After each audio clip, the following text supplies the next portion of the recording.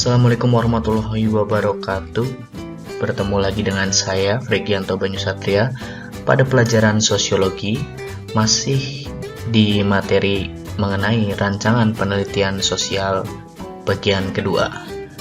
Pada video sebelumnya, kita telah mempelajari apa itu definisi penelitian, apa juga kegunaan penelitian, lalu syarat-syarat penelitian, cara berpikir seorang peneliti, dan juga bagaimana jenis-jenis dan juga bagaimana prosedur sebuah penelitian tersebut dilakukan. Sekarang kita akan melanjutkan materi selanjutnya. Ada 4 agenda pembahasan dalam video kali ini, yaitu yang pertama adalah kita akan membahas mengenai jenis-jenis penelitian. Yang kedua, kita akan membahas tahapan penelitian. Dan yang ketiga, kita akan membahas bagaimana rancangan penelitian dibuat. Dan yang terakhir, kita akan membahas pilihan tema penelitian yang akan saya tawarkan pada teman-teman untuk kita lakukan bersama. Mari kita mulai pada pembahasan pertama, yaitu mengenai jenis-jenis penelitian. Di sini ada beberapa jenis-jenis penelitian digolongkan berdasarkan. Yang pertama ada berdasarkan tujuannya, tujuan dari penelitian itu sendiri.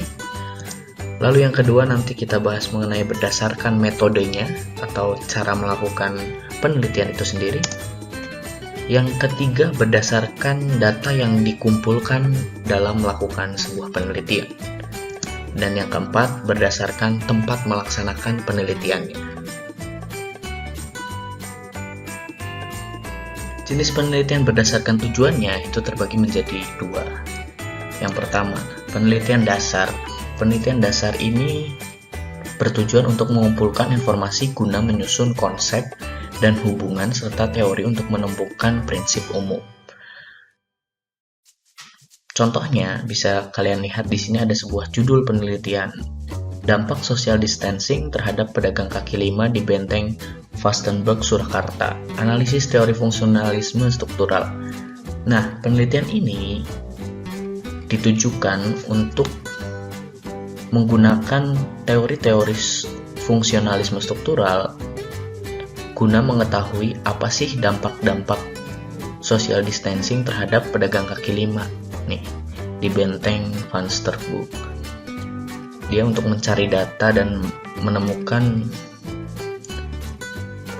prinsip umum berupa dampak sosial setelah terjadi COVID, ada social distancing nih, dampaknya apa sih terhadap pedagang kaki lima tersebut. Tentunya menggunakan teori-teori sosial juga. Dan hanya sebatas itu, tidak untuk diterapkan menjadi sebuah program ataupun kegiatan gitu ya. Hanya saja mungkin hasil penelitian ini bisa digunakan oleh pengambil kebijakan untuk menguji kembali kebijakannya atau merombak kebijakannya menjadi lebih baik. Cuma secara langsung peneliti tidak melakukan aksi gitu lah ya. Lalu yang kedua adalah penelitian terapan. Penelitian terapan ini tujuannya berusaha untuk menerapkan, menguji, dan mengevaluasi kemampuan suatu teori untuk memecahkan masalah. Jadi di sini dalam proses penelitiannya itu sendiri itu dicobakan teori, konsep untuk memecahkan sebuah masalah. Contohnya adalah penelitian tindakan kelas. Ini biasanya dilakukan oleh guru di kelasnya terhadap murid. Misalkan dia mencoba metode pembelajaran tertentu untuk meningkatkan kreativitas, keaktifan siswa, atau meningkatkan hasil belajar siswa. Nah itu kan dia menggunakan teori-teori pendidikan ataupun mungkin teori-teori sosial untuk membuat metodologi tertentu, metode cara tertentu dalam mengajar, dia cobakan pada siswa. Ada pengaruhnya apa enggak? Nah itu kan ada aksi langsung di sana. Itulah contoh penelitian terapan. Sedangkan berdasarkan metodenya, penelitian terbagi menjadi 4 buah, yaitu pertama, historik, yaitu penelitian yang fokus pada peristiwa masa lampau berdasarkan deskripsi lisan maupun tulisan dari objek penelitian. Ini biasanya digunakan untuk penelitian sejarah ya, atau melihat situasi sosial pada kurun waktu tertentu.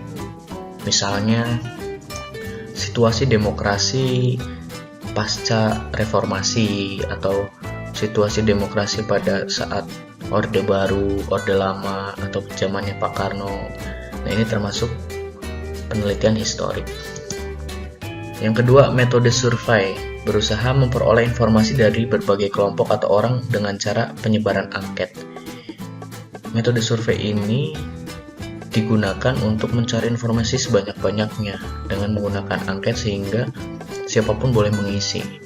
Ini biasanya kalian mungkin pernah jumpai di saat kalian membuka internet, membuka YouTube. Kadang-kadang kita dimintai untuk mengisi survei atau kuesioner yang ditawarkan. Bisa jadi kita ngisi, bisa jadi tidak. Nah, itu adalah survei itu. Lalu yang ketiga adalah penelitian eksperimen itu dilakukan dengan melakukan rekayasa dan mengontrol situasi alamiah menjadi buatan. Contohnya ya tadi, penelitian tindakan kelas itu bukan penelitian yang dilakukan oleh dalam kehidupan sehari-hari yang normal, tetapi kelas dikondisikan sebagaimana yang diinginkan oleh peneliti. Atau misalkan penelitian sosial yang lain yang mungkin kalian bisa cari tuh di YouTube, tuh banyak penelitian sosial. Jadi kondisinya itu dibuat, entah itu mungkin melalui beberapa orang yang sudah diatur ada di lokasi itu melakukan apa, sehingga seorang peneliti bisa melihat responnya orang-orang yang diteliti selain agen yang dia sudah rencanakan untuk melakukan sesuatu.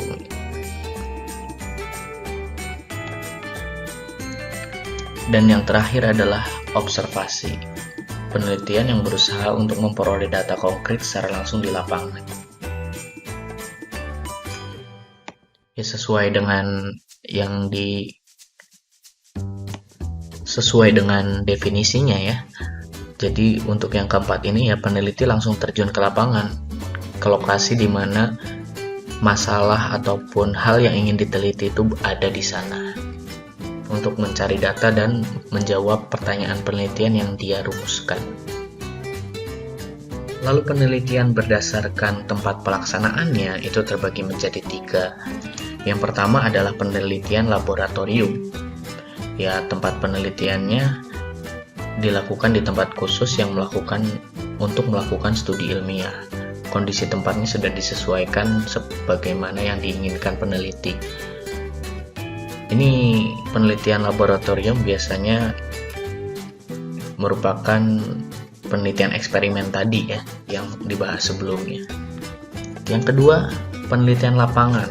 Ini dilakukan dalam kehidupan yang sebenarnya, kehidupan nyata. Jadi peneliti tidak melakukan perubahan terhadap keadaan yang nyata. Dia hanya mengamati, mengobservasi, mencari data di dalam kondisi sosial yang ada senyata-nyatanya. Dan yang ketiga, penelitian studi pustaka. Kalau ini tidak terjun ke lapangan, tidak juga membuat kondisi tertentu di dalam laboratorium, tetapi hanya mengumpulkan data dan informasi dengan bantuan berbagai materi yang ada di perpustakaan, seperti buku, majalah, koran, dan sebagainya. Lalu berdasarkan data yang dikumpulkan, itu terbagi menjadi 2. Yang pertama adalah penelitian kuantitatif, di mana penelitian kuantitatif itu menekankan pada jumlah data yang dikumpulkan dan data berupa data statistik matematik yang digunakan untuk menganalisis. Jadi untuk kuantitatif itu datanya itu pasti banyak biasanya, dan yang dikumpulkan itu data statistik. Biarpun itu adalah data sosial, nanti data sosial itu dirubah menjadi angka-angka, menjadi statistik. Yang kedua adalah penelitian kualitatif, yaitu penelitian yang menekankan pada kedalaman data yang diperoleh. Metode yang dilakukan biasanya adalah melalui wawancara dan datanya tidak dianalisis dengan metode statistik seperti kuantitatif tadi. Untuk memahami lebih jauh apa sih perbedaan kuantitatif dan kualitatif, mari kita lihat tabel berikut ini.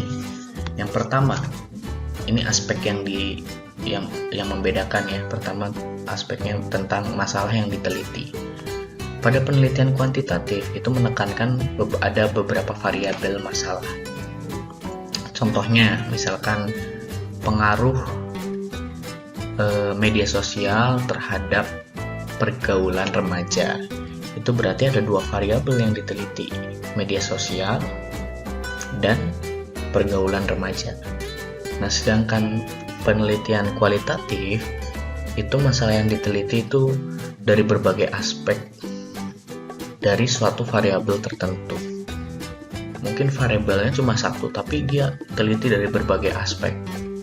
Misalkan variabelnya media sosial, dia bisa teliti dari bagaimana sih remaja itu menggunakan media sosial, lalu apa sih dampaknya bagi dia secara pribadi,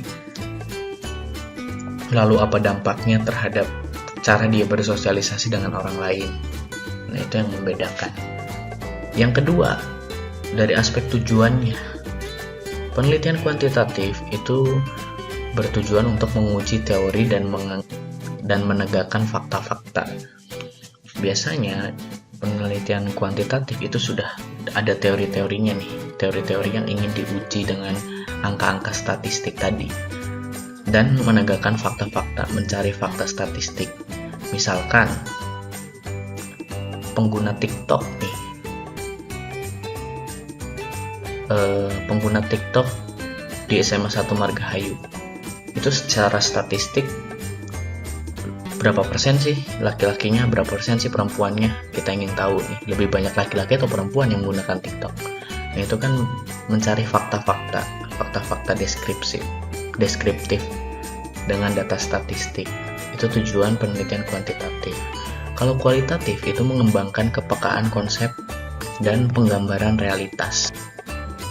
Contohnya dalam sosiologi itu ada konsep nilai dan norma ya, seperti yang kalian sudah pelajari. Nah, dalam penelitian kualitatif mungkin kalian bisa menggunakan konsep itu untuk menggambarkan realitas sosial yang ada. Misalkan lagi-lagi saya contohkan dalam media sosial. Bagaimana sih nilai dan norma di media sosial, ada enggak sih? Seperti apa sih nilai dan normanya? Apakah itu mempengaruhi tindakan orang-orang yang menggunakan sosial media atau tidak? Dari segi objek yang diteliti itu tidak terlalu berbeda ya. Penelitian kuantitatif itu perilaku manusia dan fenomena alam kalau dalam ilmu pengetahuan alam. Kalau yang kualitatif ya perilaku manusia juga dan proses kerja atau proses kegiatan manusia itu sendiri. Lalu dari segi sampel yang diambil untuk penelitian, dalam penelitian kuantitatif itu biasanya jumlahnya besar atau banyak dan memiliki kelompok kontrol secara random dengan pertimbangan tertentu. Jadi yang diteliti itu banyak sampelnya. Makanya biasanya menggunakan kuesioner yang disebar, dan itu pertanyaan dan jawabannya itu biasanya jawaban singkat atau pilihan, setuju tidak setuju misalkan.